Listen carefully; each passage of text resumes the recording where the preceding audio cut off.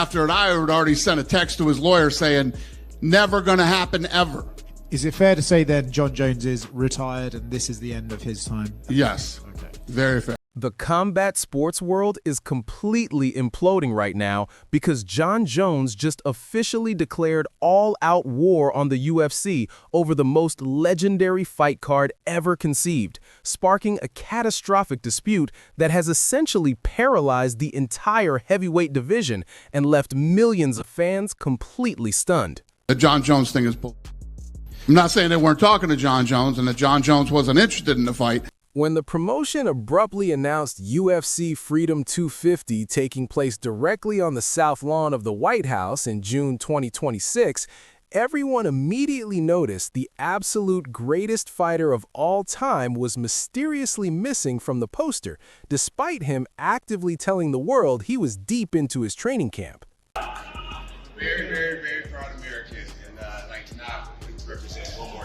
Dana White did not hold back for a single second when he aggressively took the microphone to completely shatter the rumors, publicly revealing that he had already sent a definitive text message to the legal team of John Jones, declaring that a White House appearance was absolutely never going to happen. John Jones called us last night and retired.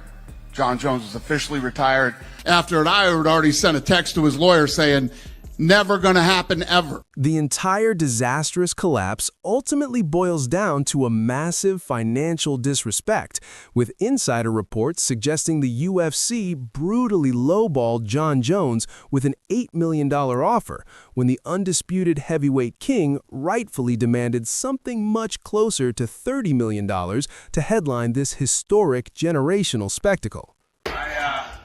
I'm in negotiations with the UFC about this White House thing as well. This incredibly bitter feud was already brewing when John Jones supposedly walked away from the sport back in June 2025, which technically elevated Tom Aspinall to the undisputed heavyweight throne.